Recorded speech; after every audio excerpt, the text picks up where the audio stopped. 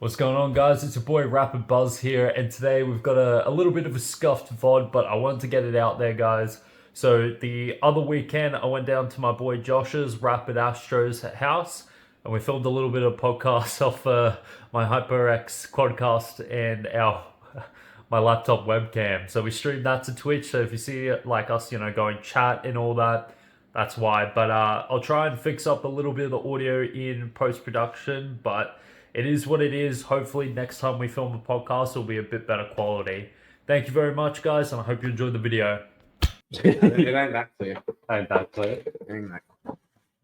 Yo, what's going on, everyone? We got some people on here. What's good? It's your boy Rapid Buzz, and we got Rapid Astro over here. We're testing out a little podcast here, so help us out. Let us know how everything's going. Man, what do you want to talk about? Should we tell them what we got up to today? Yeah, I think that's a good way to start. Yeah. Down the what was it? Next Level Racing. Yeah, that's correct. Yeah. The iRacing Dirt Rally on the full sim rigs. Kind of they go up to like $15,000-$20,000 a rig. So yeah, you can really spend some money there. Yeah, dude, it was a really good event. So it was Queensland Esport pretty much hosted an event for Beyond Blue. It's their Beyond the Screen campaign. So they raised, I think, 1,700. Jack was saying. Yeah, 3,500 over the two weekends. Yeah. So that was really good. We went down there. I recorded some video. So that will come out shortly on my YouTube channel. We just pretty much played a bunch of sim games, sim racing. It was pretty full on. Yeah, I mean, it was pretty good. Yeah. No, I've messed around. I think you said you've got a Logitech at home as well. Yeah, G29, I think. These sim rigs are seriously next level. So yeah, there's something to play around on. I'm sure you'll see some content of Buzz. Dude, I got some footage of you, mate. I shot some camera footage, so got some good shots of you. Yeah. So you'll have to have a look at those later and tell me what you think of my camera work. But yeah. No, it was a lot of fun and it was a good day. There were some cool people down there. It was good to meet everyone. Yeah. So shout out to, I think it was Jack for Jack Hutto for organising all of that with Buzz here. Yeah. But yeah, outside of that, very positive day. Great cause to contribute some money towards. So if anyone is inclined, feel free to head over there and always can tip it up. But good day. Yeah, all their social links are on my Twitter at the moment. So twitter.com/BuzzAPAC, APAC. Always got to spell it out for people. So yeah, that's what we got up to. We just came back from that. That was super fun. But yeah, we thought we'd just throw up a test podcast, see how we go, see if we get some people in here. If you're in the chat, just shoot a message. Be great. Maybe we get some people on here at some point. But yeah, I mean, what else should we talk about? Well, we were talking before a little bit about being in your 20s, dating, all that sort of stuff. So that's always an interesting topic. Yeah. I mean, I think where we were segueing into a little bit before is so when you're transitioning out from maybe being 18 or 19 to being in your 20s and stuff like that, how that changes, moving to new places. There's a lot of different things, different experiences that people go through. Shout out to Leo the cat. Leo the boy. But we're just shouting out. We've had a few different experiences ourselves. So just comparing notes. Yeah. I mean, like at the moment, I've been in a committed relationship for over 5 years now. And we're building a house. So that actually starts at the end of this month, which is awesome. So I've had a bit of a different experience to Josh over here. Did you want to touch on that a little bit or? Yeah, no, I think the big comparison is, I've definitely had a rocky road myself in terms of that side of things, especially what I was talking to you about before we transitioning. We were just saying, well, say you have had a relationship growing up, stuff like that.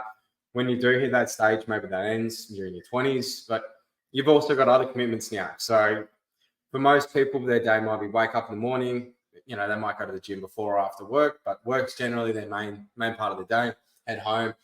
And for a lot of guys in our position, that time that you have for yourself ends up being self-improvement time. So I think there is a big trend at the moment. I mean, I've been doing it for years, so I wouldn't consider myself a bandwagoner. But I think it is very popular at the moment that people are starting to maybe focus on self-improvement. I think that's definitely been a big theme that I've seen online lately. I think that the self-improvement niche, or however you want to describe it, there's a lot of guys putting out a lot of positive content that's inspiring people and making people want to pick up weights and make some more money and start little businesses. So, I mean, I've been trying to do that stuff for a while. So it is interesting when you do see some content that is growing out there. You're like, well, what are these guys saying? What are they telling people? What's everyone been going through lately? So I look at my situation and what these guys are going through, and you sort of say, well, what are the cross experiences that I see with my friends, people I know, people I've seen that I might not even know? Just what's going on and how's that affecting us? So I think from my perspective, it's like, well, a lot of guys get in this stage where they're like, I want to improve myself. So I've got this time after work. So I get home from work, myself included, and if I've organized dinner, but then it's pretty much just slamming into some work. And that's self work. So that might be doing e-commerce, trading, anything. Those are my couple at the moment, but it could be anything that you enjoy to sort of leg yourself up, any business that you own. I think it sort of gets to that point where you're like, well, I've got all this time in a day, but I don't have any time to meet anyone or do anything because I'm spending so much time working on myself. So I think that's definitely something that a lot of people are falling into right now. They're like, how do I meet people while still getting ahead? That is a hard one, especially with the dating scene at the moment.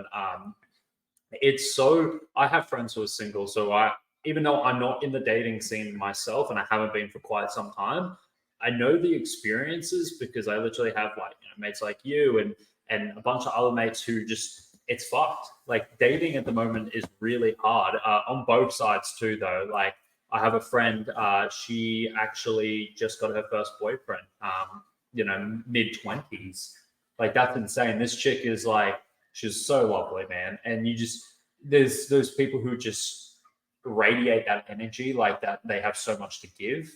And it's actually surprising that it took her so long, like to be honest, because any decent guy would be like, oh yeah, like I want a girl who's, gonna actually like love me and support me and not cheat on me and all that shit.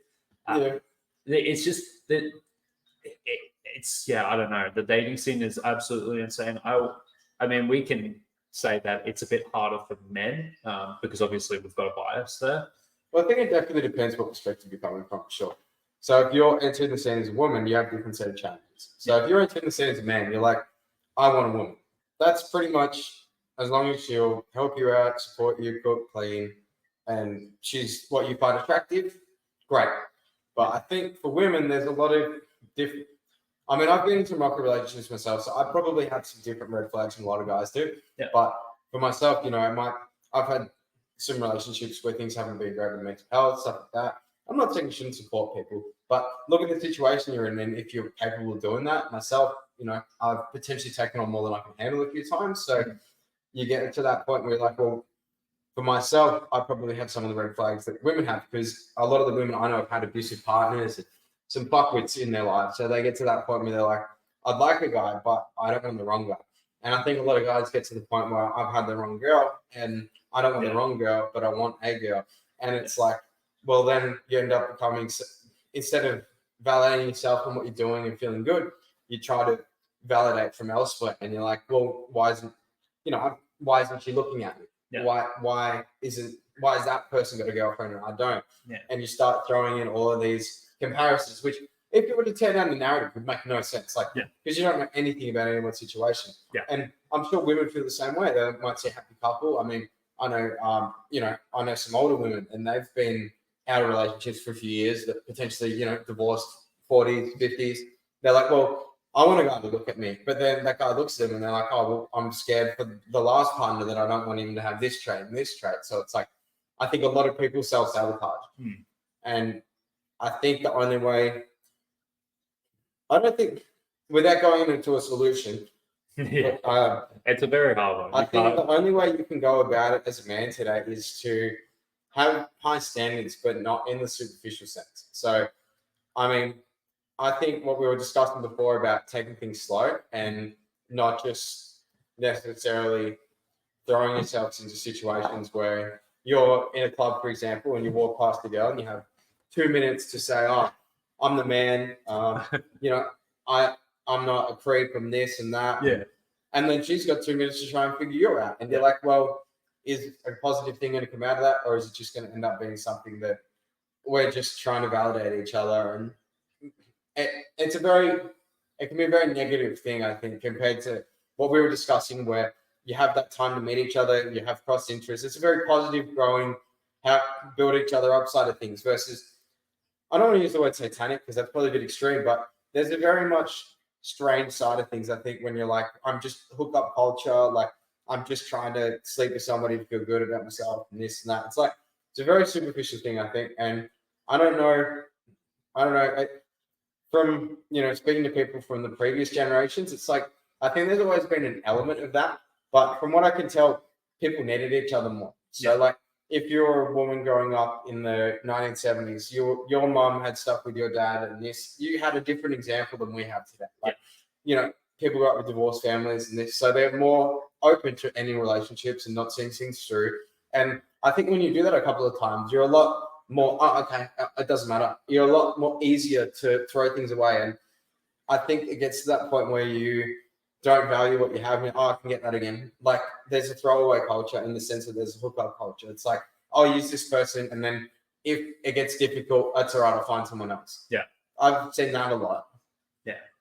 Yeah, definitely. I'm actually glad that you brought up that point about people just, giving up and shit. Because, bro, even like I've had, at the start of my relationship, without going into too much detail, there was a massive fight that could have made or break us. Like, and thank God it made us, because, dude, I was literally sitting there and I was like, fuck this shit. Like, like, I'm not going to deal with this.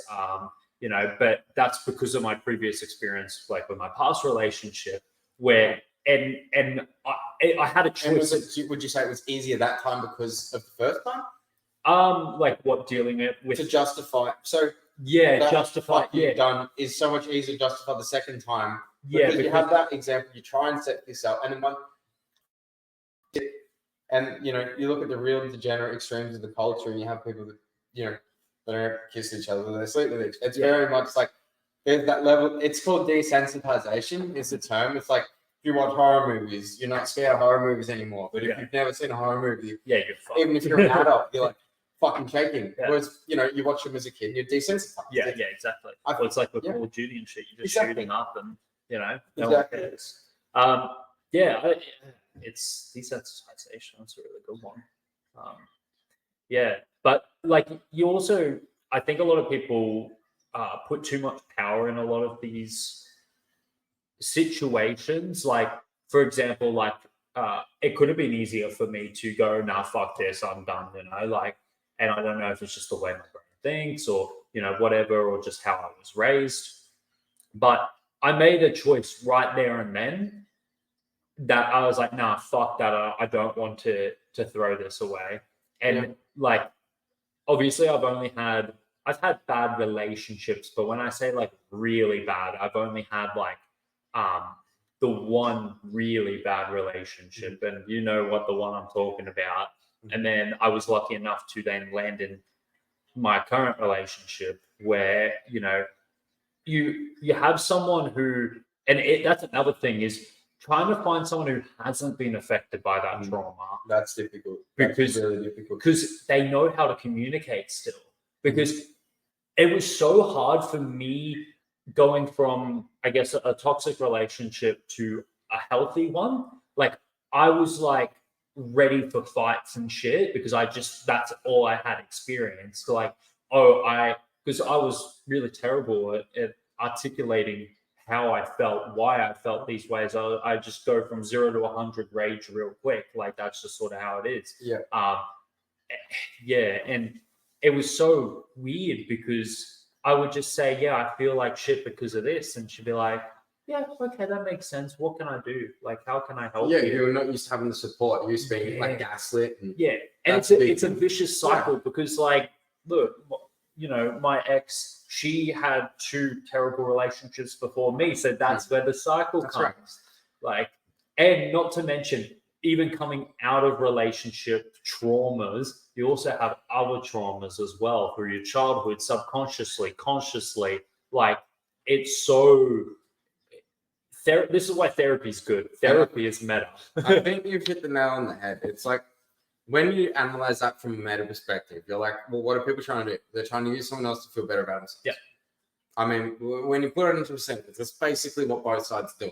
Rather than going in there to make an authentic connection to find someone, like you said, to support. Like, because it's funny that what you were describing for with your partner is that support, right? Yeah. It's like you're not used to having support. You're used to being tested. Like, yeah. I mean, in the red pill culture, there's a thing called shit test where it's like, I don't know if you've heard of that concept. Yeah. So yeah, for, I don't know who's listening, but if someone hasn't heard of that before, that might be just deliberately making you, I guess, trying to see if you'll get mad about something or angry about something to see how easy you are to manipulate or test. Or it's not necessarily done in a conscious manipulative way, but I guess it's like, well, is this person able to protect me? Is this person able to provide for me? Well, in this situation, are they? And I think people can take that and actually run with it and get to the point where they do.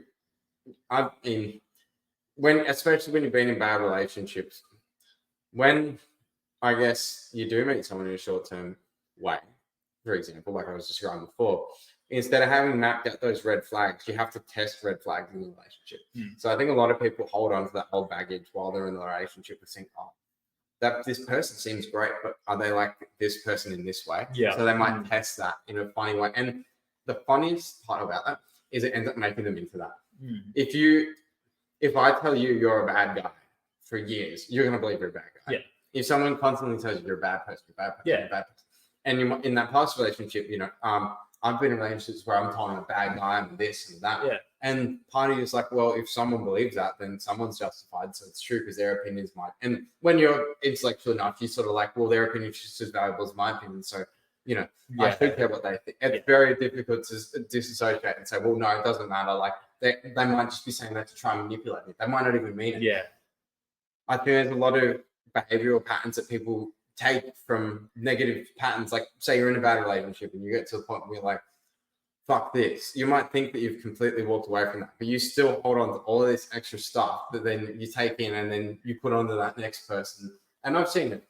I think it's an interesting thing in the sense that people don't realize they do it. And when you said therapy is meta, it's like, well, I think for a lot of people, they don't realize they're broken until they get into the situation where they're tested. It's like there's an old saying from self-improvement where it's like you don't rise to the level of the occasion. Say like, say you got $100 million boxing match and this and that. Yeah, you don't rise to the level of that. Oh, you're not boxer. You fall to the level of your training. Yeah. And that's essentially in every arena of life. When you're truly tested, you don't rise to the level of that occasion. You fall to the level of your training. So if you're improperly prepared and you throw yourself into these deep end situations, well, you're gonna in the initial stages, you might be able to fake that confidence. Yeah, great, I'm the man. Yeah. But when you start getting tested and shit tests thrown at you and all this stuff, well, do you have the resolve to be able to outlast? And then there's all these different things. Like, well, what characteristic makes not a good partner, but a good man? And you're like, you have all of these different aspects. Well, that's basically what people are looking for, a good man and a good woman.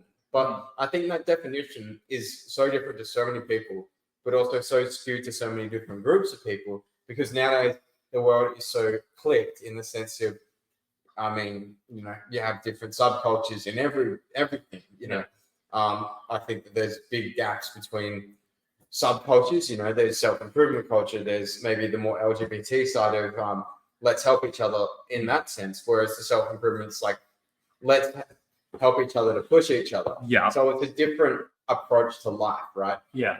So I think when you look at that, it's like there's no one size fits all. You're fit to someone. Like if you are a self-improvement, you might have different views of everyone should be free and this and that, where someone might not be so deeply knowledgeable on the subject. So like, no, well, we need to be protected because you have two things, right? Freedom or security. Which do you prefer?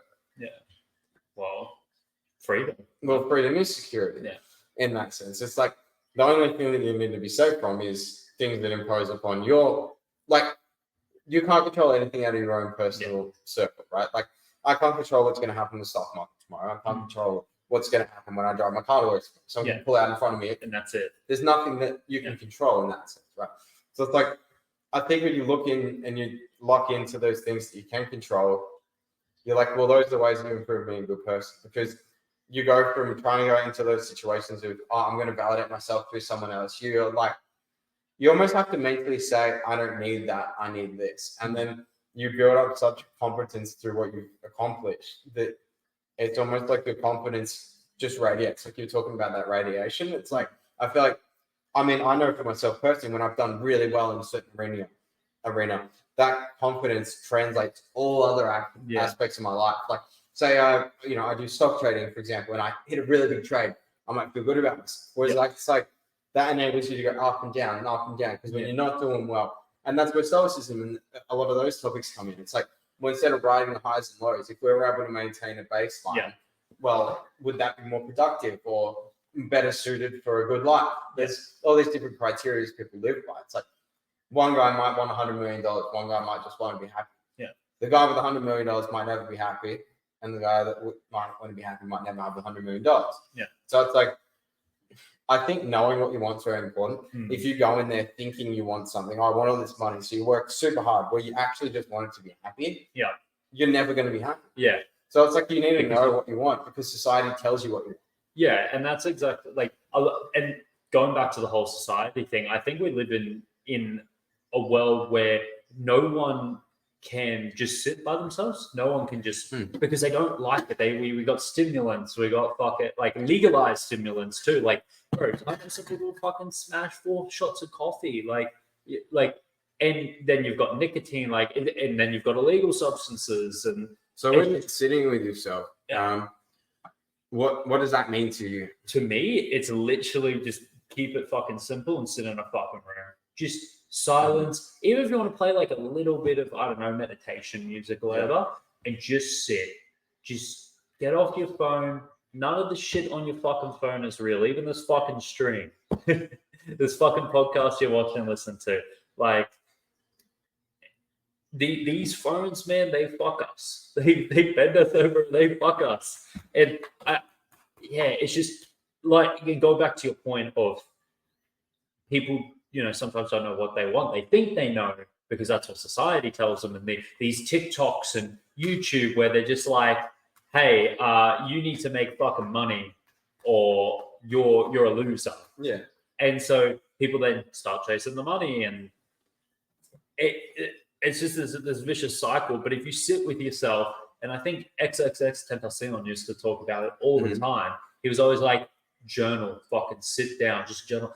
Be by yourself, because it's crazy to me that some people just cannot be by themselves. They can't just sit in a room and just go stare at the fucking ceiling, the most boring fucking shit, and just think, because some people are so scared of just letting their mind run, because then you come into mental illness. If I were to ask you, what do you think that the number one way people distract themselves in that sense is? What would you say? And I'll tell you what it is, because I know what it is. Well, social media. I would say social media. But overall, holistically. Overall, like how they... Music is the number one distractor. It gives you mental chatter that isn't your mental chatter, right? So you sit in a room and you're listening to music. Yeah. Well, most people use that as a tool to have something to focus on. Yeah. It's not a productive thing to focus on, right? Yeah. Which is why I think there's such a meta gap between that, in the sense you can say, okay, well, music is bad, right? But that's not true. No, there's a certain music. And there have been scientific studies done to say, okay, music with lyrics might not be the best for productivity and stuff like that. And I think you have to take into account that, I mean, the way we've grown up is very different. You did mention smartphones and stuff like that. I think the fact that we have information available at our fingertips 24/7 has changed how the brain works. Yeah. So I think a lot of these things to do with ADHD, etc., are more to do with wanting everything now. It's very much a sense. I think you've got to sort of develop that stage where you can either use, like you said, stimulants and drugs and music to distract yourself, or you can sort of test yourself and see what works for you to be able to manage that and be productive. Yeah. So, like, for me personally, like, I mean, Yeah, a lot of people. Yeah, you like that. Yeah, a lot of people have said that.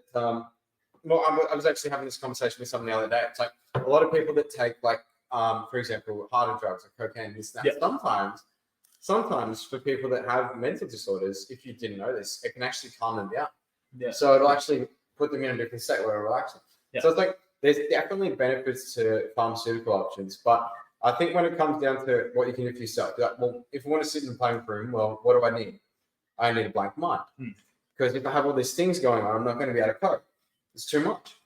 Yeah, but that's in the sense of like, I think having racing mind isn't even a bad thing because I can still fucking sit in a room and like I stare at the fucking roof, man, and I'm just fucking, my mind's going a fucking million miles an hour.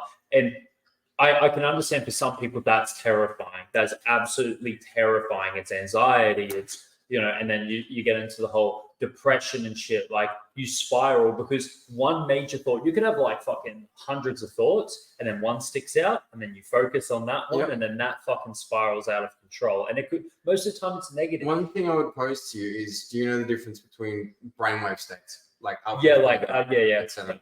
So like when you're in a higher brainwave phase, you're thinking, you're cognitively thinking. Yeah. Right?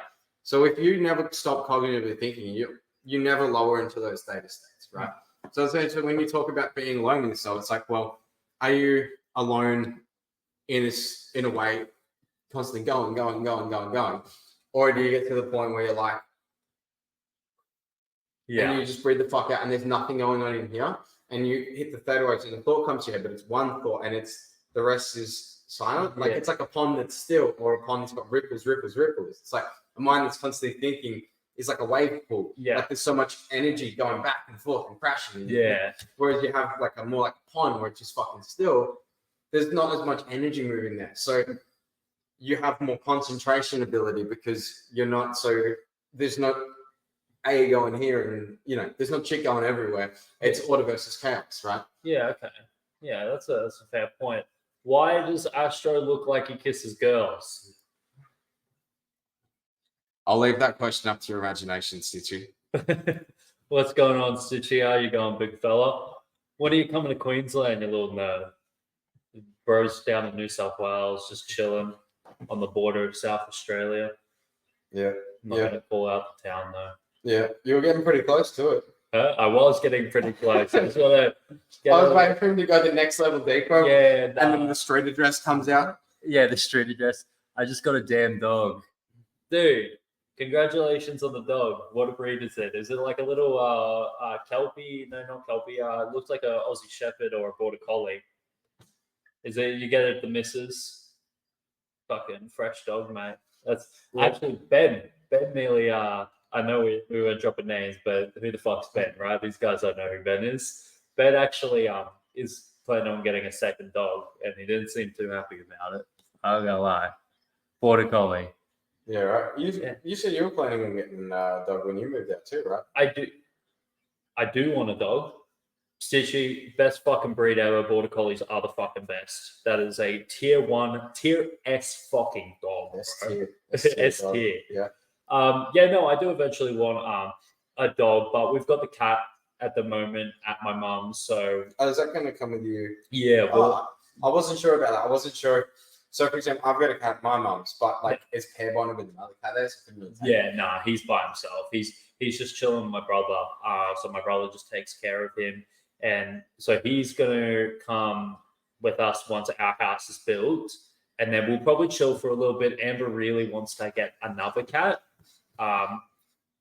which I'm open to. I want a fucking ginger, man. I want a ginger. Yeah, you have to. Cats are interesting to introduce. Yeah, no, you have to do it for weeks.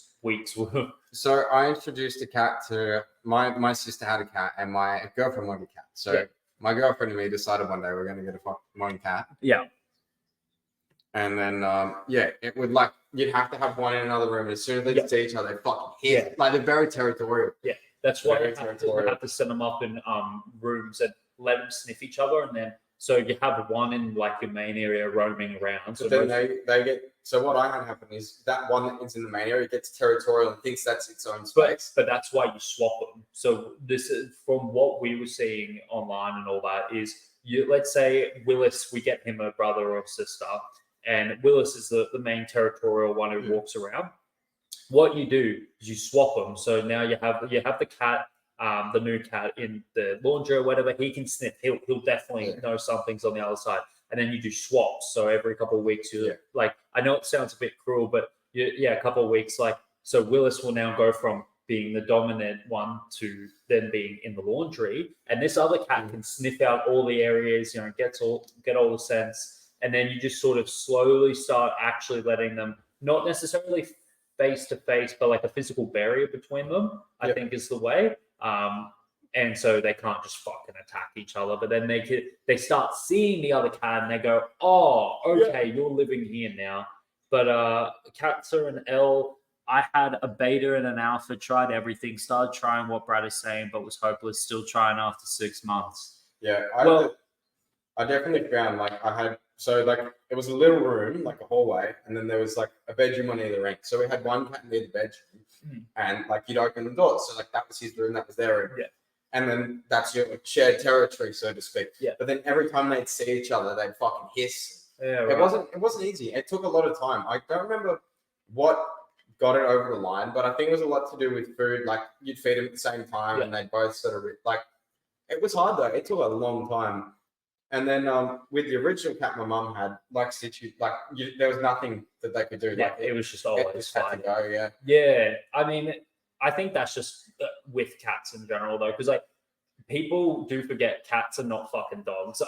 This is very different. There's so much misconception because I used to be one of those fucking cat haters. Yeah, trying to go to the house and pick up the thing. Because that's not what cats love, their boundaries, man, and they set them. That's they're fucking good animals for that. But dogs, they'll come in and like, oh, pat me, fucking rub my belly, But yeah, cats are such a different, like, they're just a whole different ball game. I don't think like each have their pros and cons, right? Like dogs fucking sometimes they're just too much. Like they're just way too much depending on the dog. And most of the time, like we were talking the other day about your old dog and how he just shit and piss, like and inside. Yeah, and Fui used to do the same thing, our family dog, and but he lives with my sister now, so he's got a bit of backyard. He just goes out. I find like in my situations, like I move around a lot. You go to holidays, you got to get pet sitters. Like, it's not a cheap thing to do. So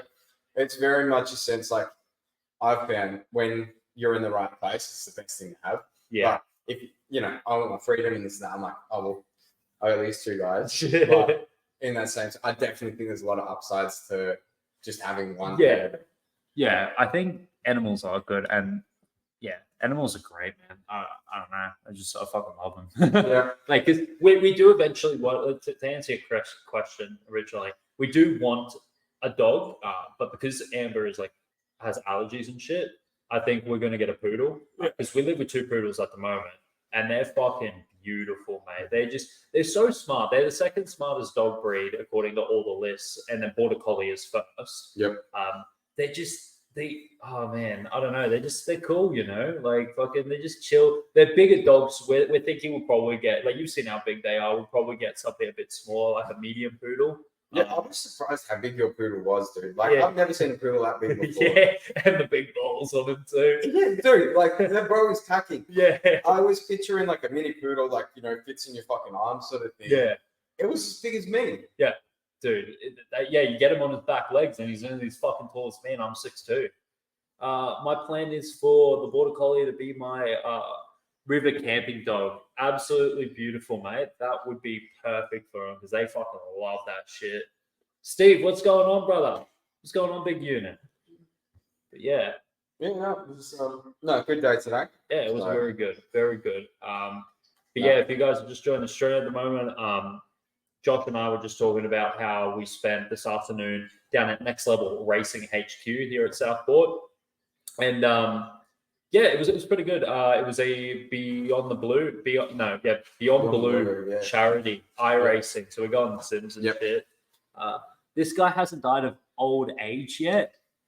Wait, are you talking about fucking Steve, brother? Steve's the man.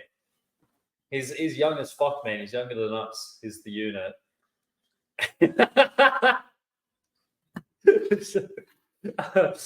Dude, you're a dog, mate. Chilling. Seems like you're chilling. Yeah, man. We just got back from this event here. I did record some video footage of it, so I'll probably chop that up tonight and get that out. Maybe I can see if I can get some of the stream clips as well, and maybe even that chick who was going around for social media. Yeah, maybe, a compilation together of the deck. yeah, exactly. She had really good quality stuff. Yeah, no, you're that little horizontal camera thing they had. Yeah. Oh, whoa, the cat's in the way, brother. A little bit of shit. Arse in the stream. Yeah, a little bit of arse. They need to defund Stitchy. Stop paying. Yeah, stop paying Stitchy, mate. Defunded. Dude, hashtag defund Stitchy. But yeah, I mean, other than that, like we've been pretty chilling. We've been playing. I introduced Josh to the magical world of Yu-Gi-Oh! TCG. A few wins in last night. Yeah, this bro, I swear to God, is fucking godlike at any game. Stitchy, I reckon you could verse him, and I reckon he'd beat you after a couple of duels. I've only played for a combined of 3 hours, so take that with a grain of salt. Yeah, but, brand new as well. Yeah, I just picked a deck and used the nog. Use the old nog to figure out the rest. It's not too hard once you learn the basics of summoning and all that, and then you read the cards. That's the fact that on the video game it comes up in blue. Oh, you can do this. You can do this. It's like playing chess online versus playing on the board. If you just try to learn to move a piece, the other bloke will be like, "Oh no, you can't do that." Yeah. Whereas you're on the game, it's so straightforward and intuitive. Yeah, you can pick it up really quick. I think that's why, because I tried to teach Amber's dad the other week how to play Yu-Gi-Oh! And we were using the actual cards, and it was funny because this guy like used to be. I don't think he was quite grandmaster level when he was younger, but he played like competitive chess for his school and all that.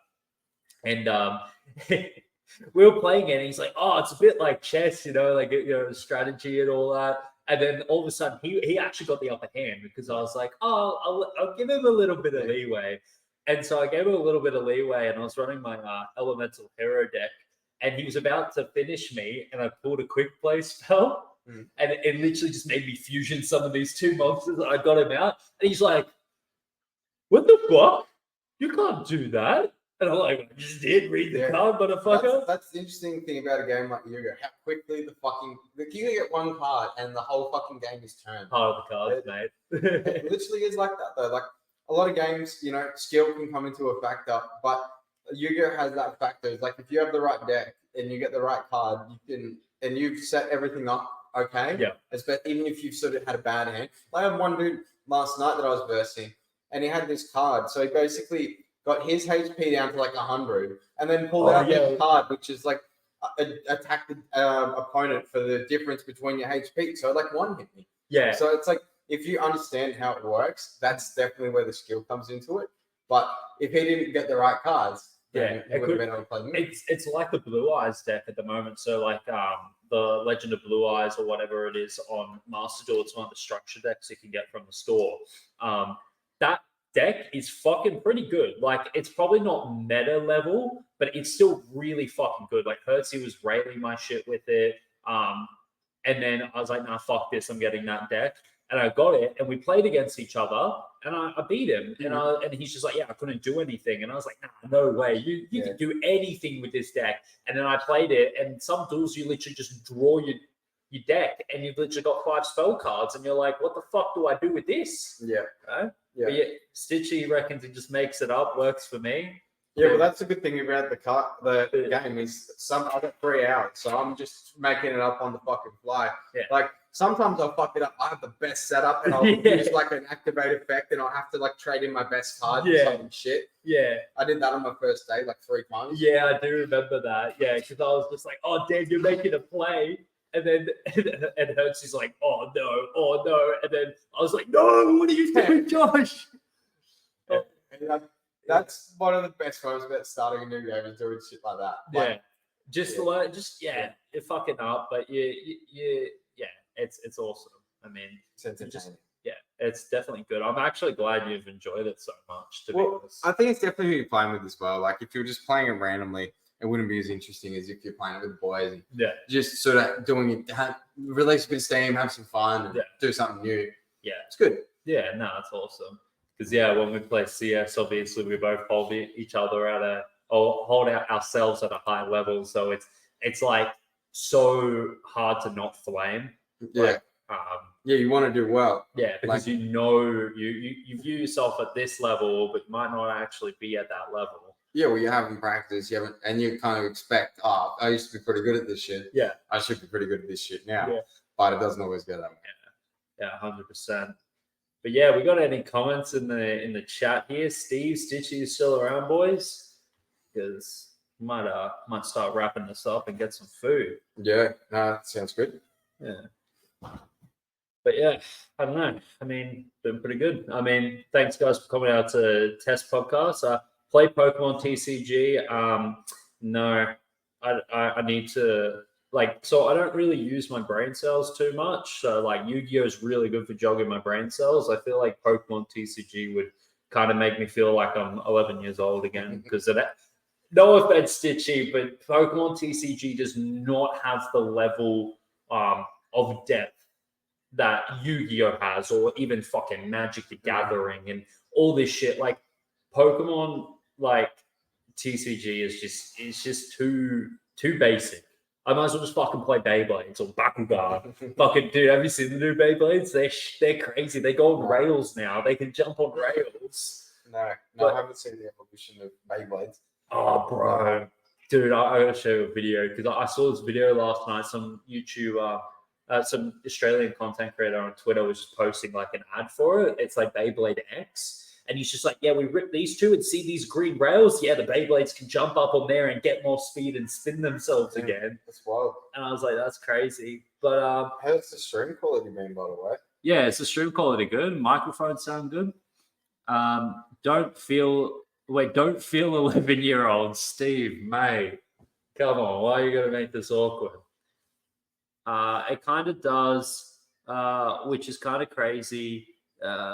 I've played them all, don't even. Stitchy, mate, I fucking play Pokemon TCG. Fucking get your little energy cards out, mate. It's not good. That's my personal opinion. Pokemon TCG is fucking ass. I will die on that hill because Yu-Gi-Oh! I've always been fucking Yu-Gi-Oh! And it's way better. Stream quality fine. Zuzik, 360p. Zuzik, how does my nuts taste? Old mate's distance from the mic is a bit of an issue. Oh, really? Should be. Hopefully it's okay. Hopefully, I'll see in the post. Yeah, but if you want, we'll go grab some to eat. Yes, kind sirs, thank you very much for coming on stream. I'll chop this up if it's a good VOD and put it on the YouTube. Do you want to shout anything out? No. Yeah. Thanks. See you later. Yeah. All right, boys. We'll catch you next one. Thank you very much for coming out. Big love, boys.